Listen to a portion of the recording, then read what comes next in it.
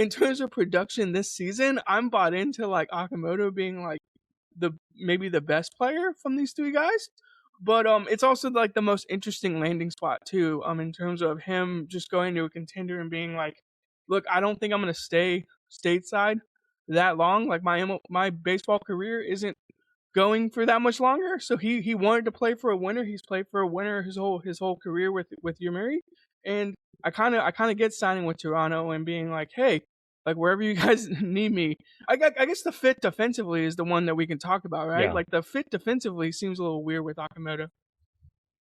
Yeah, the defensive part is a little bit weird because I'm seeing like Baseball America and stuff really rave about his defense. And you know what?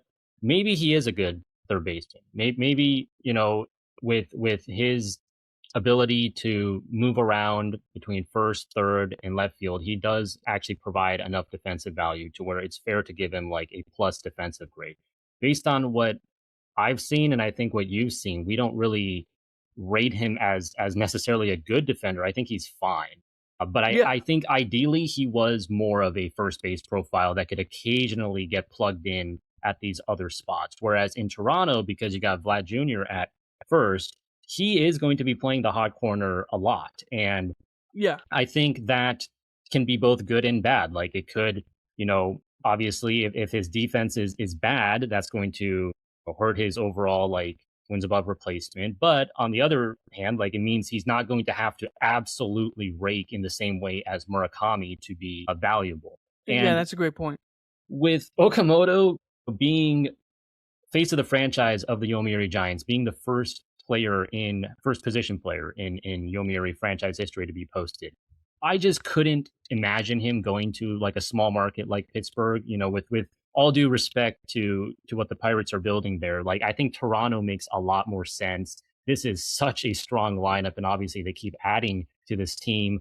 David Popkins, obviously, well regarded as one of the better hitting coaches in MLB, and then Rogers Center, in terms of park factor for right-handers is very good over the past 3 years at 101. It's like top 10 in the league, and it's very good for pull power, which is really Yeah, his calling card. He's not necessarily the massive exit velo like Murakami. He is more of like the consistently getting the ball in the air to his pull side. So I think the park's going to play really well for him, and I'm very happy he got the 4 years as opposed to three, just because entering his age 30 season, it makes a little bit more sense there for him to get the 4 years.